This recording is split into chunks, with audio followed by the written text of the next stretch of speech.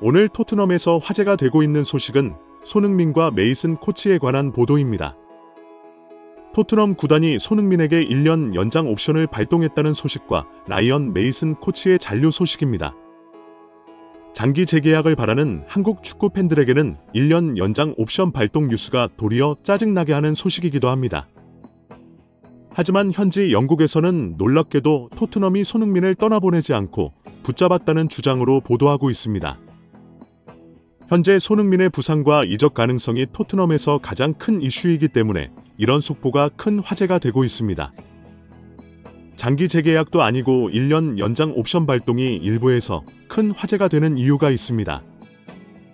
일부에서 토트넘이 이번 겨울 이적 기간에 손흥민을 판매할 수 있다는 전망이 나왔기 때문입니다. 하지만 결국 토트넘이 손흥민을 이번 시즌에 최대한 활용하고 손흥민에 대한 결정은 시즌을 마감한 후에 내릴 것으로 결론이 났다는 것입니다. 손흥민은 내년 6월까지 계약이 되어 있기 때문에 1월이 지나면 보스만 룰에 의해 다른 구단과 자유로운 협상이 가능해집니다. 보스만 룰이란 계약 만료 6개월을 남겨둔 선수가 다른 구단과 자유롭게 협상의 계약이 끝난 뒤 새 팀에 갈 수 있는 선수에게 주어지는 권리입니다. 한국 축구 팬들에게는 이런 보도와 전망이 하나도 마음에 들지 않지만 네비와 토트넘이 잔머리를 굴리는 상황을 막을 길이 없습니다. 한국의 손흥민이 더욱더 건강하게 빛이 나기를 기대할 뿐입니다. 그리고 토트넘의 라이언 메이슨 코치의 토트넘 잔류 뉴스는 여러 가지 이유로 큰 화제가 되고 있습니다. 방금 올라온 뉴스 속보는 메이슨이 벨기에 명문 클럽 감독 제의를 받았으나 최종 거절했다고 전하고 있습니다. 최근 메이슨 코치는 벨기에 안더레흐트의 새로운 감독으로 부임하기로 협상을 계속해왔습니다. 하지만 오늘 메이슨 토트넘 수석 코치는 벨기에 거함 안더레흐트와의 협상을 마쳤고 끝내 토트넘에 남을 것으로 보인다는 속보가 올라왔습니다. 풋볼 런던의 알레스테어 골드 기자는 양측의 협상이 결렬되었다. 며칠간의 논의 끝에 양측 모두 시기가 적절하지 않다고 합의했다고 전했습니다.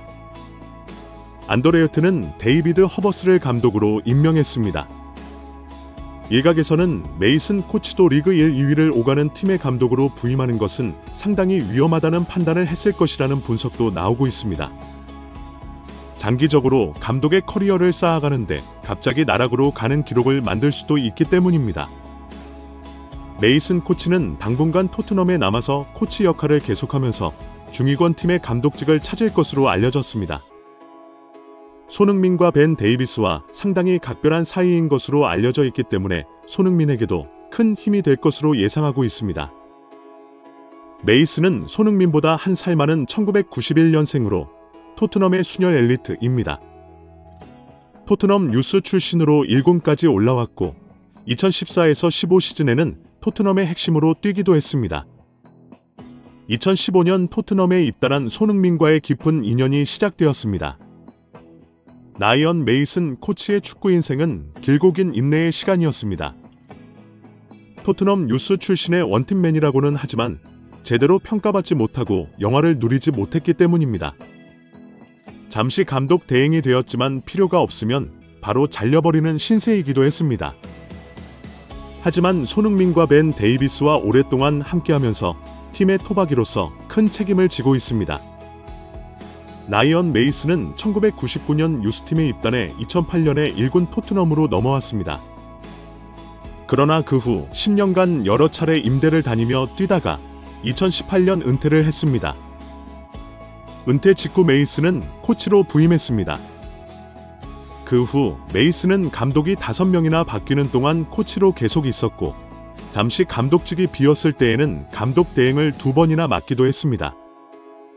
2021년 4월 19일 무리뉴 감독이 경질될 때에는 29세의 나이로 토트넘의 감독 대행이 되면서 프리미어 리그 최연소이자 첫 20대 감독으로 역사에 이름을 남겼습니다.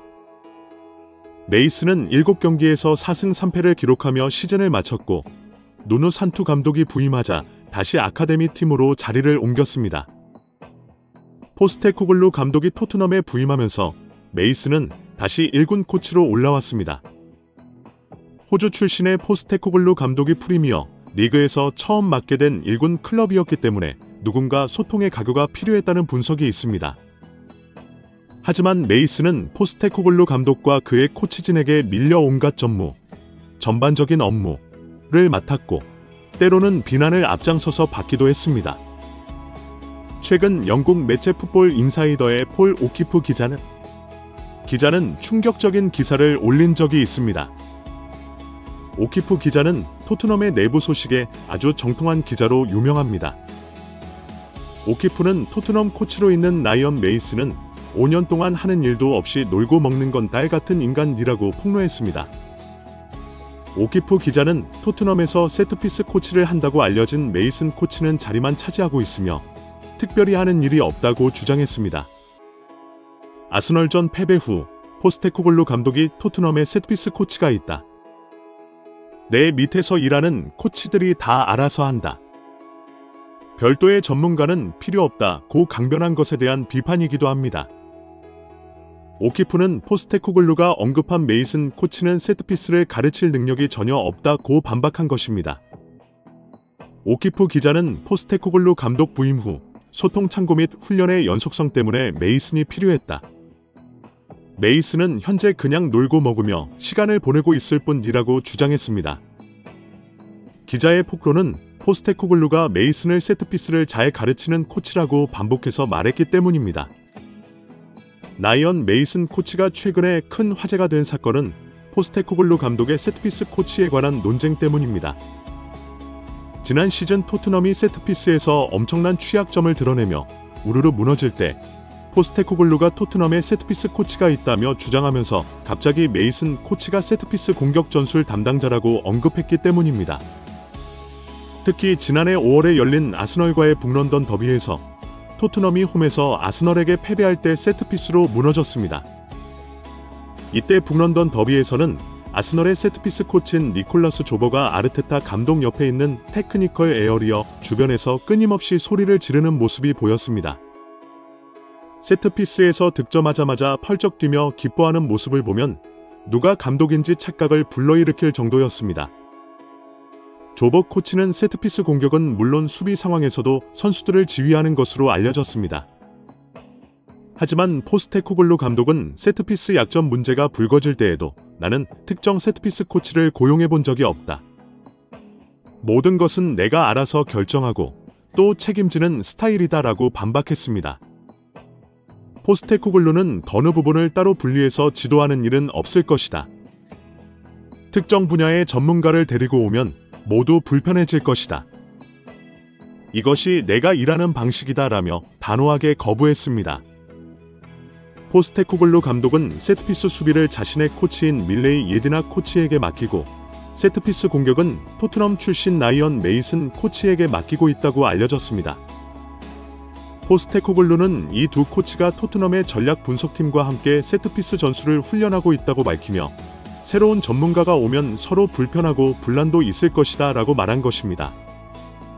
실제로 포스테코글루 감독은 부임하자마자 전임 콘테 감독 시절 영입한 세계적인 세트피스 코치인 지안니 비오 코치를 내보냈습니다.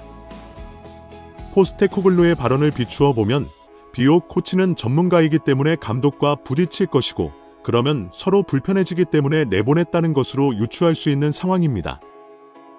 그러나 포스테코글루가 자랑하는 두 코치인 밀레이 예드낙과 라이언 메이슨 코치는 세트피스 전술 전문가가 아닙니다. 예드낙은 1984년생으로 호주 국적의 수비형 미드필더 출신입니다. 크리스탈 팰리스와 에스턴 빌라에서 선수 생활을 했고 2019년 은퇴 후 에스턴 빌라에서 2023년까지 코치로 지냈습니다. 예드낙과 전형적인 수비형 미드필더였던 메이슨 코치가 포스테코글루 감독 휘하에서 길고 긴 인내의 시간을 다시 보내게 되었다는 보도가 나오고 있습니다. 그리고 손흥민은 1년 더 포스테코글루와 함께하게 되었다는 보도도 나오고 있습니다.